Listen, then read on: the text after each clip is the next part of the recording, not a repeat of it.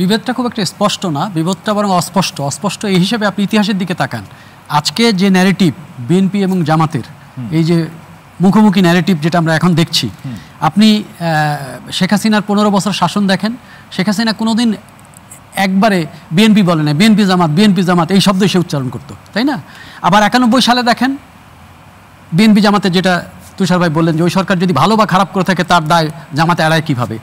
তাহলে এখন যেহেতু মাঠে একটা দল নাই, বড় দল নাই, সুতরাং প্রতিপক্ষ তো তৈরি করতে হবে। এই প্রতিপক্ষ একটা ন্যারেটিভ তৈরি হয়েছে। আমি মনে করি না যে এটা খুব বড় একটা ন্যারেটিভ, এবং এর মধ্যে যুক্ত হয়েছে পলাতক ফ্যাসিবাদী আওয়ামী মন। যারা যারা এই আওয়ামী মনকে পোষণ করছে তারা এটার মধ্যে ফুয়েলিং করছে, ঠিক আছে? থার্ড হচ্ছে যে আমাদের অভ্যুত্থানের মধ্য দিয়ে একটা নতুন রাজনৈতিক আকাঙ্ক্ষা পোষণ করে এরকম একটা তরুণের উদ্ভব ঘটেছে। সেটাকে আমরা ফেলে দিতে পারি, ছেড়ে দিতে পারি, কিন্তু সেটা উদ্ভব হয়েছে এবং সেটার একটা শক্তিমত্তা আছে।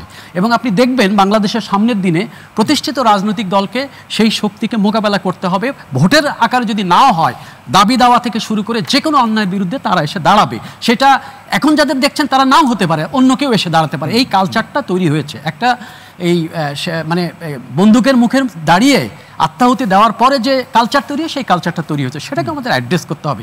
আমি বারবার বলবার চেষ্টা করছি যে বাংলাদেশের সংকট রাজনীতি যেমন আছে, বাংলাদেশের সংকট এখন অর্থনীতি। আপনি যদি জ্বালানির দিকেই শুধু তাকান, জ্বালানি রাজনীতি কোন দিকে যাচ্ছে? আগে আমরা 25% মানে গ্যাস আমদানি করতাম, 75% আমাদের নিজেদের ছিল। সরকার এখন ফোরকাস্ট করতেছে যে এখন 75% আমরা ইম্পোর্ট করব, 25% আমাদের থাকবে। এই যে আমরা একটা আমদানি নির্ভরতার জ্বালানির দিকে যাচ্ছি, আমাদের আয় বৈষম্য বেড়ে যাচ্ছে, আমাদের কর্মসংস্থান, এই যে বুয়েটের ছাত্ররা যে দাবি নিয়ে আসছে, এই দাবির তো মূল জায়গাটা হচ্ছে কর্মসংস্থান। কারণ তারা বলছে যে ডিপ্লোমা যারা তাদের 30% কোটা আছে একটা প্রমোশনের, আবার ডিপ্লোমার যে জায়গা আছে সেখানে 100% ডিপ্লোমাদের জন্যই 10ম গ্রেডে যেটা সেটা আছে। তার মানে এটা আসলে এক অর্থে আপনার কর্মসংস্থানের ক্রাইসিস, ডিপ্লোমা ভার্সেস মানে কর্মসংস্থানের লড়াই।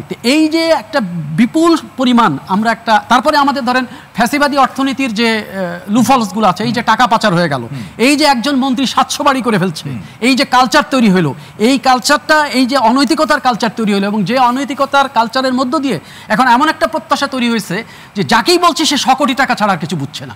আমি কালকেও একজন দেখলাম যে একজন প্রকৌশলীর, আমাদেরই এক বন্ধু প্রকৌশলীর ছবি সহ পত্রিকায় নিউজ সহ হয়েছে, কয়েকশো কোটি টাকার মালিক। আরে 100 কোটি টাকা মানেটা কি? আবার এই অভিযোগটা আছে যে নির্বাচন না হলে যারা নির্বাচন চায় না তারা নাকি আর্থিকভাবে লাভবান হচ্ছে। না, সেইটাকে লাভবান হচ্ছে না হচ্ছে সেই প্রশ্ন যদি আনেন, তাহলে আবার একটা, আমি সবসময় যেটা বলি যে রাজনৈতিক অর্থায়নটা কিভাবে হবে সেটা সেটেলমেন্ট করতে হবে। রাজনৈতিক দলগুলোর নিজেদের সংস্কার দরকার, এবং রাজনৈতিক দলগুলোর অর্থায়ন কিভাবে হবে। আপনি সিলেটে যখন পাথর চুরি হলো, যে কথাটা একটু ইঙ্গিত দিয়েছিলেন তুষার ভাই, সেটা যখন সরকারি রিপোর্ট আসলো, সেই রিপোর্টটা আপনি দেখেছেন? 42 জনের মধ্যে 36 জন বিএনপি, 5 জন জামাত, 3 জন এনসিপি। তার মানে ওইখানে যখন লুটপাট আসছে তখন কিন্তু এই এস্টাবলিশমেন্ট ওখানে সক্রিয় অংশগ্রহণ করছে।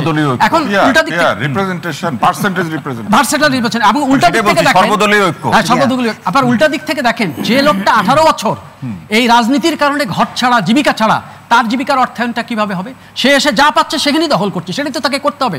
তার ব্যবস্থা আমরা কি করেছি? তার রাজনৈতিক অর্থায়নের ব্যবস্থা কিন্তু আমরা করি নাই। এই দায়িত্ব আমাদের নিতে হবে। কিভাবে করা যাবে সেই আলোচনা কিন্তু আমরা আসছি না। সুতরাং আমি মনে করি নৈতিকতা রাজনীতিতে ফিরিয়ে না আনতে পারলে আমাদের কোনো মুক্তি নেই।